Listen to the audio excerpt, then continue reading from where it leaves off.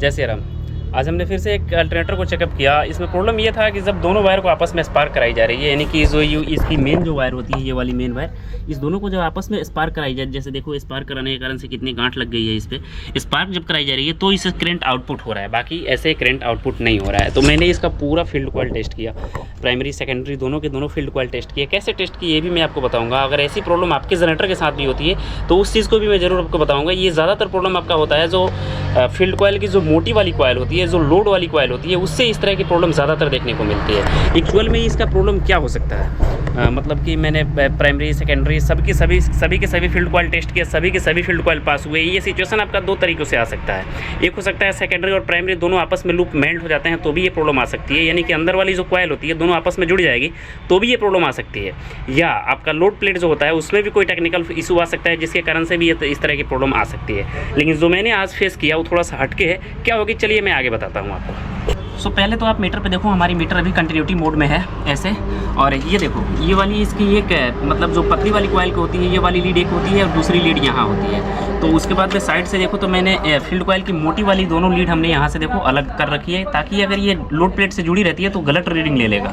तो सर्वप्रथम तो मैं पतली वाली कॉइल को टेस्ट करता हूँ। ऐसे देखो मीटर में हमारी देखो रीडिंग भी आ रही है परफेक्ट, बॉडी अर्थ भी कहीं से नहीं है। अगर ये बॉडी अर्थ भी आती है तो भी इस तरह की प्रॉब्लम देखने को मिल जाती है। दूसरा चीज़ ये कि अगर ये सेकेंडरी से प्राइमरी भी टच रहेगा, जैसे इसका बात करूँ तो ये भी अगर टच रहेगा तो भी इस तरह की प्रॉब्लम आ सकती है। लेकिन हमारी सेकेंडरी से प्राइमरी भी टच नहीं है। और बात करूँ ऐसे देखो तो पतली मोटी वाली कॉइल भी हमारी काम कर रही है, इसे भी कोई बॉडी अर्थ नहीं है। तो फिर इस तरह की प्रॉब्लम आखिरकार आती कहाँ से? आर्मेचर का बात करूँ तो आर्मेचर भी हमारा सर्व रूप से सही है। तो मैंने जब इस चीज़ को चेकअप किया, सब कुछ फाइनल किया, तो फिर हमने ध्यान दिया लोड प्लेट पे। तो लोड प्लेट तो काफ़ी पुराना है, जैसे आप देख सकते हो काफ़ी पुराना है, जर्जर सी हो गई है इसकी हालात। तो इसमें हमको एक चीज़ देखने को मिली कि इसकी 4 सेट बनाई गई है जो डायोड के। तो इसमें से हमको ये वाली जो डायोड आपको दिखाई दे रहा है, ये वाली, इसमें देखो शॉर्ट हमको दिखाई दी, यानी कि ये जो डायोड होती है ना आपकी, ये डायोड हमको शॉर्ट दिखाई दी।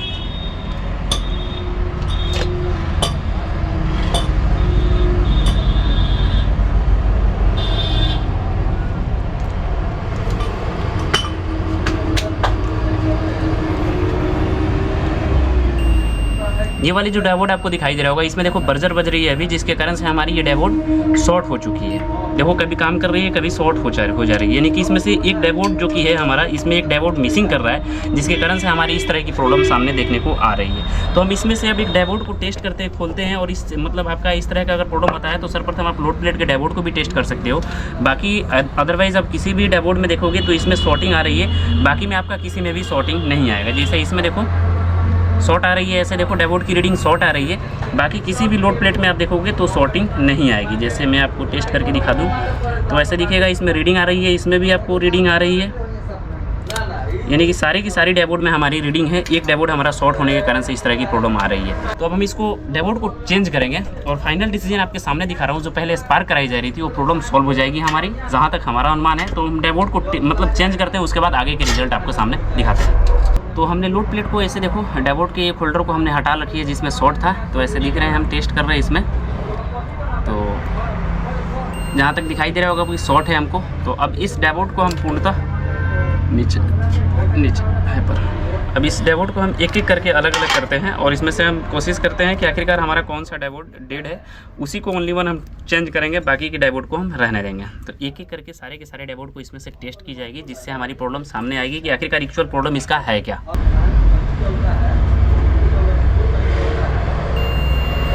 तो हमारा यही डायोड ख़राब है, एक डायोड ये वाली, जिसके कारण से हमारी शॉर्ट की ऐसी प्रॉब्लम आ रही है। जैसे मैं इसको टेस्ट कर रहा हूँ, जैसा दिखाई दे रहा होगा ये वाली डायोड हमारी डेड हो चुकी है। तो इसको हम इस साइड रखते हैं। बाकी के सारे डायोड हमारे सही हैं, एक डायोड हमारा ख़राब था जिसके कारण से ऐसी प्रॉब्लम आ रही थी। तो हम एक डायोड को अब इसमें ऐड करते हैं और फाइनल लोड प्लेट को हम सेट करते हैं और रिजल्ट आपके सामने होगा। सब लोग जाइए।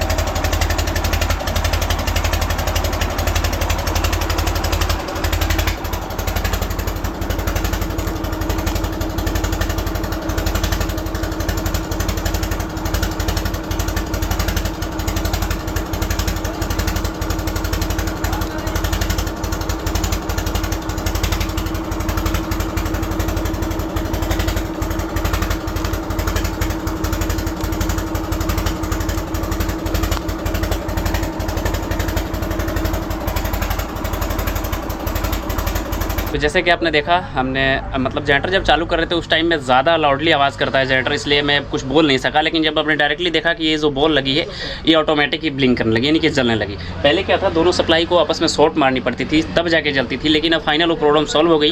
तो इस तरह की प्रॉब्लम आपका लोड प्लेट से भी हो सकता है। तो जैसे मैंने लोड प्लेट का कनेक्शन करूँ तो भाई साहब देखो, मतलब जुगाड़ टेक्नोलॉजी से हमने लोड प्लेट का पूरा कनेक्शन कर रखा है। सो आपके भी जनरेटर के साथ ऐसी प्रॉब्लम हो रही है, अब आप लोग ये न बोलना कि हाँ लोड प्लेट का कनेक्टर भी चेंज कर सकते थे। तो भाई साहब कस्टमर का वैसा डिमांड नहीं है, उनका डिमांड यही था कि जैसा था वैसा ही सॉल्व कर दी जाए। सो मैं आशा करता हूँ कि ये जानकारी आपको अच्छे से समझ में आ चुकी होगी। अगर आपके भी जनरेटर के साथ ऐसी प्रॉब्लम होती है तो इस चीज़ को आसानी से सॉल्व कर सकते हो। मिलते हैं नई जानकारी के साथ, आपका भाई प्रिंस। जय सिया राम।